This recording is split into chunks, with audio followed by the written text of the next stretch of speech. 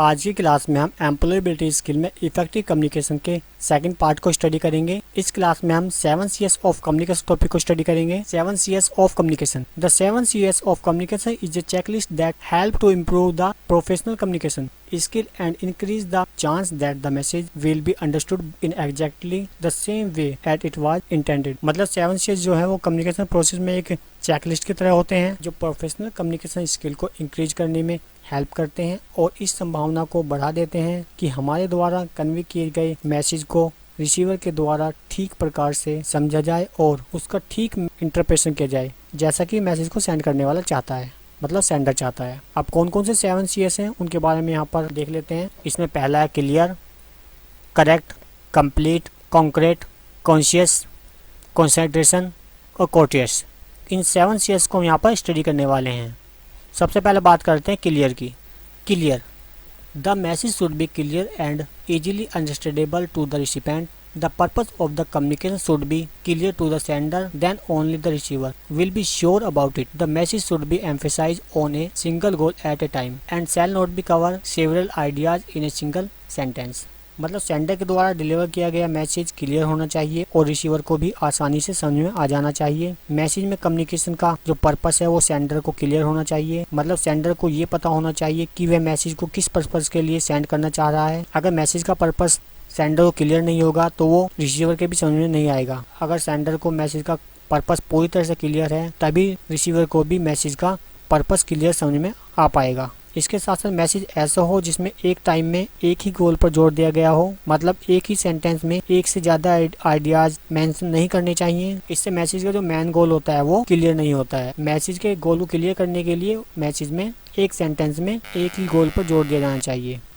Correct, the message should be correct. A correct language should be used and the sender must ensure that there is no grammatical and spelling mistakes. Also, the message should be exact and well timed. The correct messages have a greater impact on the receiver and at the same time, the morals of the sender increases with the accurate message। मतलब message जो हो वो एकदम correct होना चाहिए। Message में correct language का use किया जाना चाहिए। इसके लिए सेंडर को ये सुनिश्चित कर लेना चाहिए कि उसके द्वारा सेंड किए जाने वाले मैसेज में किस प्रकार की लैंग्वेज, मतलब ग्रामेटिकल लैंग्वेज का यूज किया गया है। मैसेज में किसी भी प्रकार की ग्रामेटिकल एरर नहीं होना चाहिए। इसके साथ साथ मैसेज में स्पेलिंग मिस्टेक्स भी नहीं होनी चाहिए और मैसेज जो है एग्जैक्ट और वेल टाइम्ड होना चाहिए, क्योंकि करेक्ट मैसेज का रिसीवर पर बहुत ज़्यादा इम्पैक्ट पड़ता है। अगर सेंडर करेक्ट मैसेज को सेंड करता है तो इससे सेंडर का जो मनोबल होता है वो भी बढ़ता है। Complete, the message should be complete. It must include all the relevant information as required by the intended audience. The complete information gives answer to all the questions of the receiver and help in a better decision making by the recipient। मतलब message जो हो वो पूरी तरह से complete होना चाहिए। Message में सभी इम्पोर्टेंट और रिलेटिव इंफॉर्मेशन शामिल होनी चाहिए जिसकी ऑडियंस को रिक्वायरमेंट है, क्योंकि कंप्लीट इंफॉर्मेशन रिसीवर के सभी क्वेश्चंस का आंसर देती है, जिसके बाद रिसीवर बेहतर तरीके से डिसीजन ले सकता है और मैसेज का रिप्लाई कर सकता है। Concrete, the communication should be concrete which means the message should be clear and particularly such that no room for misinterpretation is left. All the facts and figures should be clearly mentioned in a message so as to substantiate to whatever the sender is saying। Communication जो होना चाहिए वो एकदम concrete होना चाहिए, मतलब ठोस होना चाहिए। मैसेज का जो मीनिंग है वो पूरी तरह स्पष्ट हो, जिसमें किसी भी प्रकार की मिसअंडरस्टैंडिंग की कोई भी जगह नहीं बचनी चाहिए। मैसेज में सभी प्रकार के फैक्ट्स और फिगर को क्लियरली मेंशन किया गया हो, जिससे सेंडर जो भी कुछ मैसेज के माध्यम से कहना चाहता है उसे सबस्टेंशिएट मतलब प्रमाणित किया जा सके। Conscious, the message should be precise and to the point. The sender should avoid the lengthy sentences and try to convey the subject matter in the least possible words. The short and brief messages is more comprehensive and helps in retaining the receiver's attention।